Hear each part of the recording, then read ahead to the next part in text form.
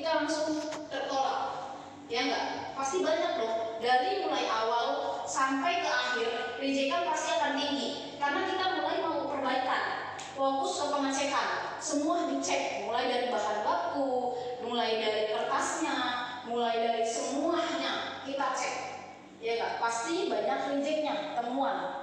Kalau misalkan kita fokus ke produksi, ya itu tadi, mutunya tergantung orang aja, nggak mikirin yang penting mah nggak mikirin hasil bagus atau enggaknya, tapi tetap cuman mutu tergantung orang, ya. Kalau misalkan kita fokus ke pengecekan produk, ya tadi awal proses evolusi reject bakal tinggi, muncul asumsi untuk mendapatkan kualitas baik perlu biaya mahal, benar ya. Kalau kita fokus ke pengecekan, kita butuh biayanya mahal, kita perlu bahan bakunya yang bagus, ya nggak boleh yang sembarangan, harus sesuai sama kemauan customer. Misalkan kayak bahannya duplek 350 gram yang kita biasa pakai buat item kanco, misalkan pakainya Suparma, ya harus Suparma, nggak bisa kita ganti-ganti dengan item yang lain, Pakrin apapun yang lainnya, karena kualitasnya belum tentu bagus atau sesuai yang diinginkan customer. Ya, jadi kalau misalkan kita mau fokus ke pengecekan, ya itu tadi perlu biayanya yang lumayan mahal.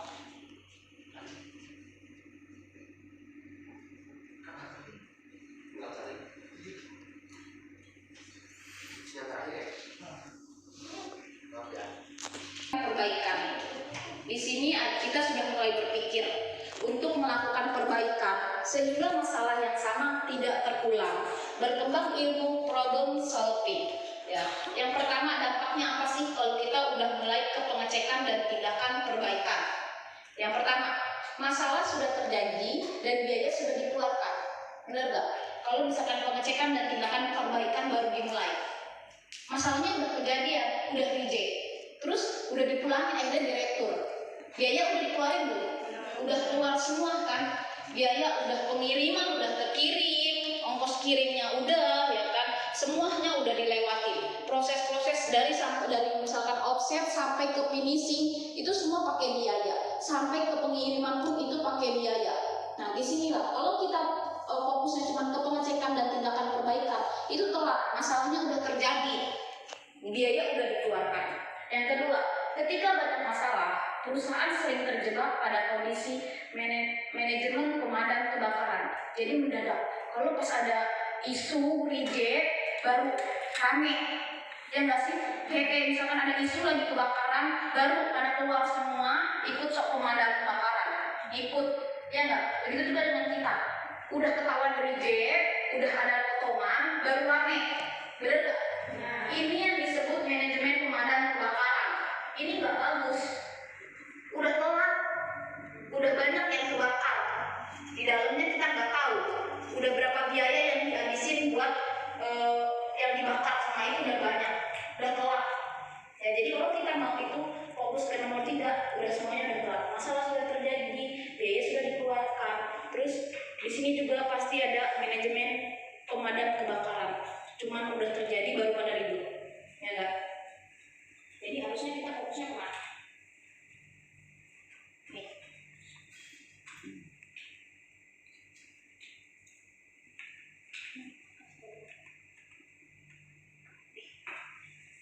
Evolusi mutu tradisional, di sini ada konsep. Bagaimana nanti mengatasi masalah setelah masalah timbul. Ini evolusi mutu tradisional. Yang sebelahnya evolusi mutu perencanaan atau realisasi modern. Konsepnya nanti bagaimana mengantisipasi potensi masalah, melakukan tindakan perbaikan sebelum masalah timbul. Yang bagus yang belah mana?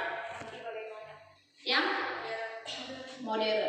Nanti bagaimana mengantisipasi potensi masalah, melakukan tindakan perbaikan sebelum masalah timbul. Ini bagus. Jadi harus ada kita kayak melakukan nanti bagaimana ya kalau misalkan nih ada reject kayak begini, harusnya kayak kita perlakukannya kayak gimana?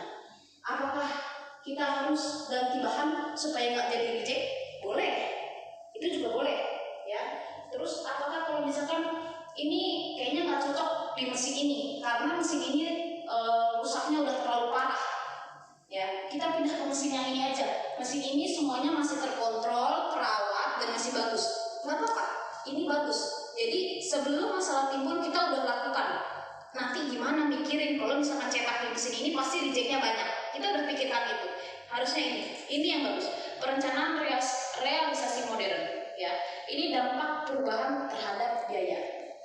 Di sini ada proses desain 1:1, produktivitas jadi 1:10, produksi turun menjadi 1/100. Di sini ada benefitnya. Kos pengembangan produk bisa ditekan atau tidak over budget. Jadi nggak over budget kalau misalkan kita ngikutin yang itu. Yang kedua, project bisa diselesaikan tepat waktu karena kita udah tahu masalahnya duluan. Jadi sewaktu ada masalah kita udah bisa langsung perbaikan, nggak perlu lama-lama lagi. Yang ketiga, kualitas produk baik sejak awal produk dibuat. Ini lebih bagus. Kita udah tahu produk dibuat itu udah bagus. Jadi kita nggak khawatir di bagian sortir bakal ngirim barang reject terus dipulangin. Karena kita udah tahu dari awal bahan bakunya udah oke, mesinnya udah pakai mesin yang paling bagus. Iya nggak? Berarti ini bagus dong. Buat bagian sortir kemungkinan reject sedikit dan nggak terkirim ke customer. Iya nggak? Di sini ada quality management versus quality control dan quality assurance. Di sini ada ya, lihat. Quality control itu yang paling kecil di tengah-tengah. Terus ada di bulatannya lagi quality assurance. Di atasnya quality management. Artinya quality control itu cuma hal kecil atau bagian kecil dari quality management sama quality assurance. Mereka cuma tugasnya mengidentifikasi di terakhir, udah telat. Nah, jadi kalau yang paling besar itu di situ adalah quality management. Nah, jadi harus manajemen dulu quality biar ketahuan semuanya disusun rapi dari quality management sampai ke assurance, akhirnya sampai ke kontrol pun tercapai, tidak teridentifikasi cacatnya. Nih, quality control itu hanya sebagian kecil, ya. Jadi di sini Selfie kayak Randy itu cuma hal kecil, dia cuma mengidentifikasi doang. Harusnya dari awal, dari quality manajemennya dari awalnya disusun. Ini ada project ini, nanti kalau misalkan ini analisa, baru lagi ke quality control, biar nggak kejadian masalahnya, ya.